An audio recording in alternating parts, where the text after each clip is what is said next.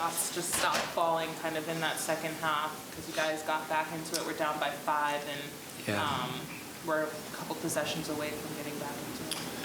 Yeah, I felt, we didn't start well. So a lot of times when you're playing catch-up, it takes a lot of energy. And it felt like when we did cut the lead, as you mentioned, at a certain point we just ran out of gas.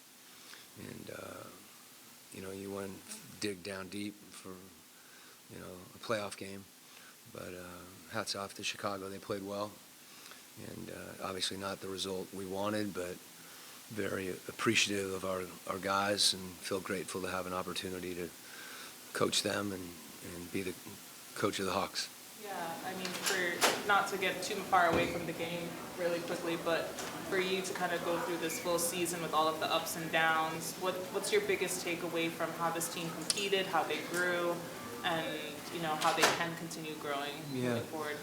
I think that's what you want. You want to grow and try to get better, and regardless of what you're handed, whether it's the dealing with adversity and embracing it on some level is what you want to do. And I thought our guys did that throughout the course of the year. So like I said, I'm proud of them and their approach, and obviously let this settle in. And the Bulls kind of threw a lot at you guys too, whether it was DeRozan, whether it was Kobe who goes off for how much he did, and DeSumo and Russo, and all of that starting 5, they seem to kind of stretch you guys thin a little bit. What did you see from the defense? Well, DeMar started really, making shots, and you're game planning to, try to get the ball out of his hands if it's appropriate. We did a bunch of different things, and eventually some of the DeSumo and obviously Kobe White and pick and roll. A number of things that challenged us. Thought our offense hurt our defense at times. They were really good in transition when they made their runs, and that's a hard one to quote-unquote game plan against. But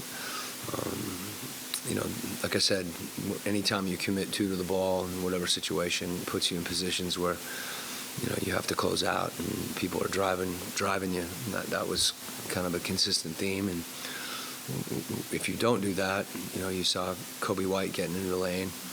And so a lot of things we can pick apart that we need to do better.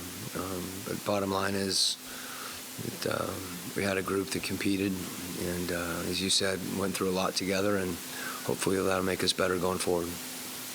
As far as DeAndre's night, not what you guys were hoping for, but what did you see from him that he tried to fight through to try to keep giving you guys something? Yeah, I mean, I thought, we were worried about he stayed out of foul trouble. I thought he did a good job on DeMar.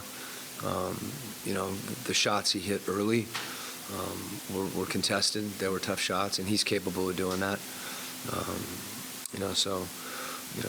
We had a lot of guys.